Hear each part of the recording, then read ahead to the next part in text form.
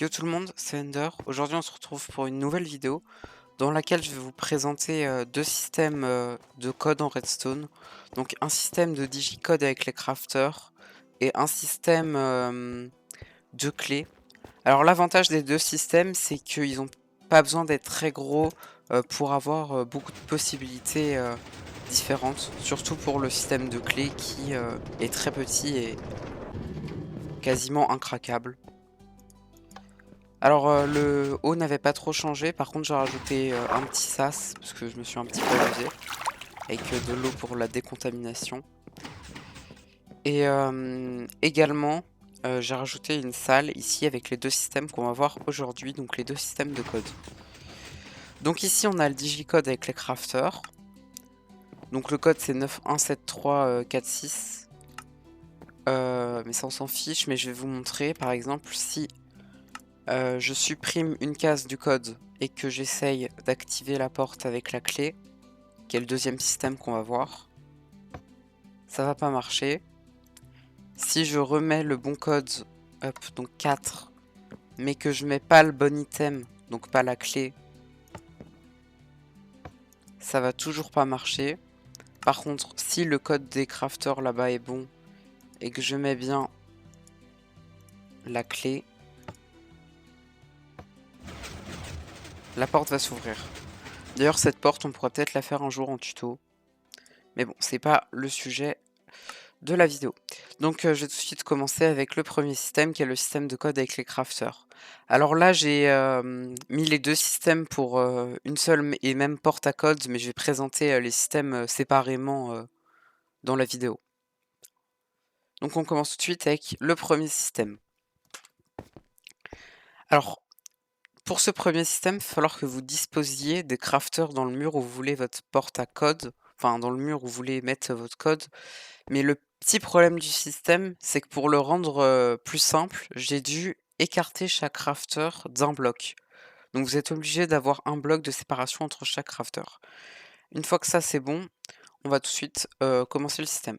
Donc vous allez aller derrière vos crafters et vous allez tirer une ligne de 12 blocs, je crois. 3, 4, 5, 6, 7, 8, 9, 10, 11, 12. Et vous faites pareil pour le nombre de crafters que vous avez.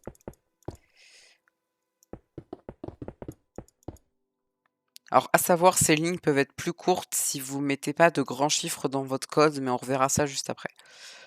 Donc, derrière vos crafters, vous mettez des comparateurs. D'ailleurs, je crois que j'ai déjà mis le code, ça sera 9, 1 et 3 mon code. Donc on va commencer par ce côté-là, donc le 3. Donc ce que vous allez faire, c'est que vous allez mettre un nombre de redstone égal au nombre de cases que vous avez cochées dans votre crafter pour le code. Et au bout de la redstone donc du code, donc moi c'est 3, donc j'ai mis 3 poudres de redstone, vous allez mettre une torche. Ensuite vous allez en rajouter une et vous allez mettre un repeater que je n'ai pas. Hop. Vous allez mettre un repeater. Et ensuite vous pouvez compléter de redstone jusqu'au bout où vous mettez un autre repeater. Il n'est pas forcément obligatoire mais je vous conseille de le mettre, c'est pour les 15 poudres de redstone d'affilée. Donc le deuxième c'est 1. Donc on met une seule poudre de redstone. La torche du coup à 1, puisque c'est le nombre qu'il y a dans le crafter. On en place une deuxième comme là-bas, puis un repeater. Alors à quoi ça sert de faire cette petite manip, une torche, un repeater? En fait, à chaque fois qu'on rajoute une case dans le fabricateur, le signal sera plus puissant de 1. Ce qui fait que pour qu'on choisisse exactement le bon nombre, on doit éteindre le signal au bout. Donc si le signal n'est pas assez fort, la torche sera allumée, donc au bout ça sera allumé. Et si le signal est trop puissant, donc il va trop loin, il va allumer ce repeater et du coup au bout ça sera également allumé. En gros c'est comme ça que marche ce système. Donc là pareil, on va compléter de redstone jusqu'au bout. Et pour le dernier, je crois que j'avais mis 9 pour vous montrer. Donc on compte 9, donc 1, 2, 3, 4, 5, 6, 7, 8, 9. Au 9e, une torche. Vous rajoutez une poudre, un repeater. Alors, justement, je disais qu'on pouvait faire les lignes plus courtes que 12 blocs, car en réalité, vous avez juste à faire 3 de plus, donc 1, 2 et 3 ici, que votre nombre le plus grand dans le code. Donc là, moi, j'ai pris 9, mais par exemple, si vous aviez pris 6, vous auriez pu réduire de 3 la ligne, donc le système aurait été beaucoup plus compact. Donc après, ça c'est à vous de voir si vous avez besoin d'un système très compact. Mais par contre, du coup, ça réduit les possibilités. Mais après, l'avantage, c'est qu'on le sait pas forcément. Alors là, je fais n'importe quoi. Vous allez mettre un bloc avec une poudre de redstone au bout de chaque ligne avec un repeater, comme ça. Et puis vous allez placer comme ça des blocs un petit peu en V, avec des petites poudres de redstone par-dessus. Et ensuite, il reste plus qu'à relier les torches de redstone à ces poudres-là, puisque pour l'instant les torches sont reliées à rien. Donc pour ça, vous allez de 2 en dessous de la torche, et vous allez monter jusqu'à la petite poudre de redstone. Voilà. Alors là, la torche est beaucoup plus loin, donc le chemin en redstone sera plus long. Mais en soi, ça change rien. C'est la même chose. Vous allez juste devoir remonter, voilà, le petit escalier.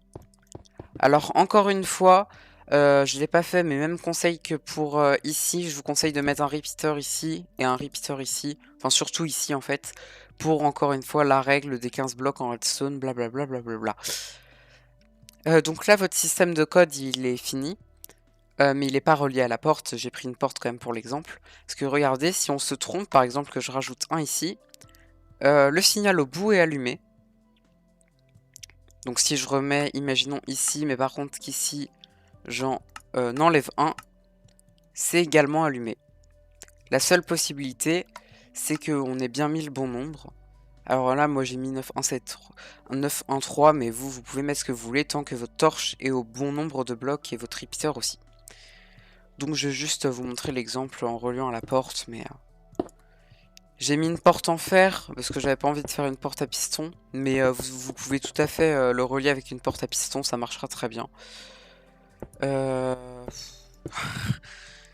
J'arrive pas à relier à la porte, super. Non mais les compétences en redstone c'est super, j'arrive pas à faire un truc super simple. Hop. Je vais quand même y arriver. Hop, oui, je vais quand même y arriver.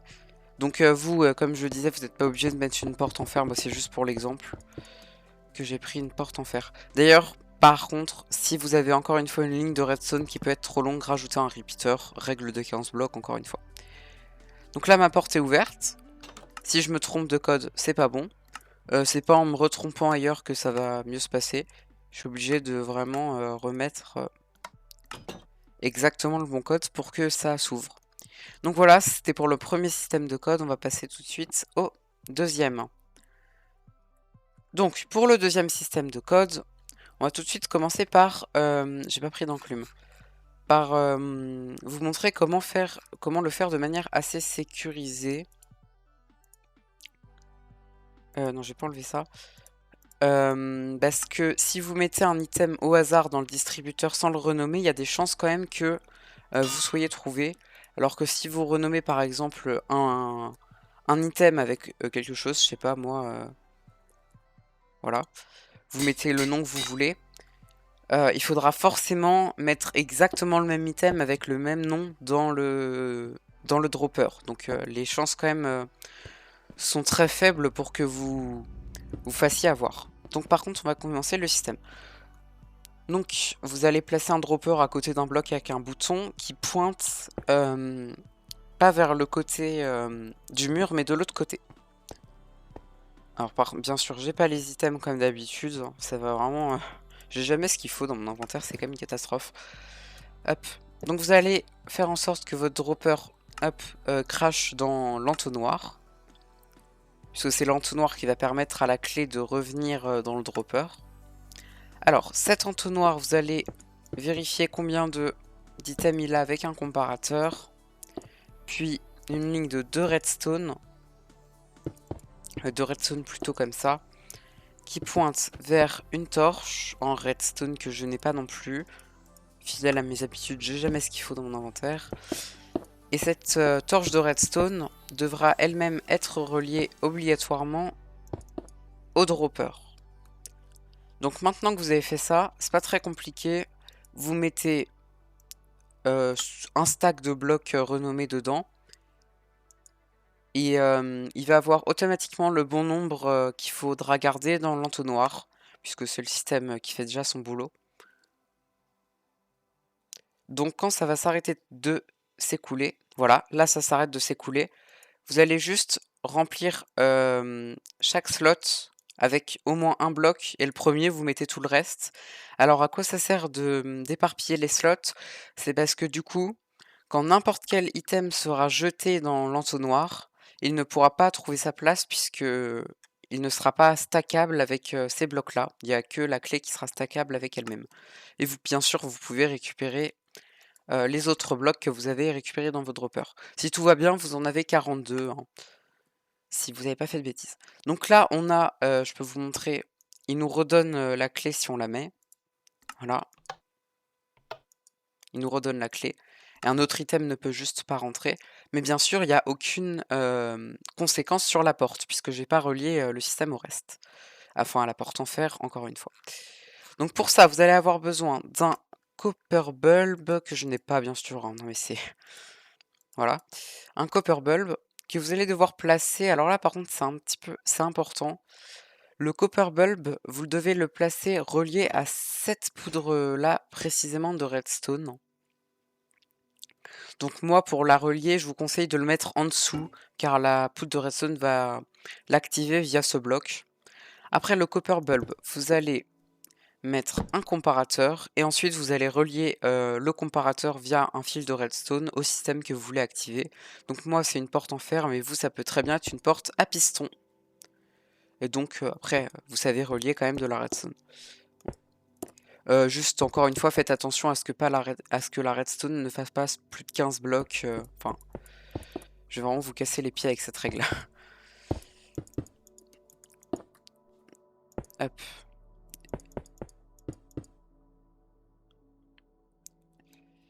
Et puis voilà, normalement votre système est fonctionnel. Si vous mettez une clé dedans, la porte se ferme. Si vous mettez un autre objet, bien sûr, par exemple là, je sais pas, une torche de redstone, il va rien se passer du tout. Et si vous remettez le bon item, la porte va se réouvrir. Voilà, c'est déjà la fin de la vidéo. J'espère que ces deux systèmes vous auront plu. N'hésitez pas à proposer des idées de systèmes que vous voudriez voir en commentaire, enfin en tuto, et vous pouvez les proposer dans les commentaires. Ce système-là de code avec les crafters m'a été proposé, je l'ai fait. Donc c'est pas impossible. Sur ce, c'était Ender. A plus.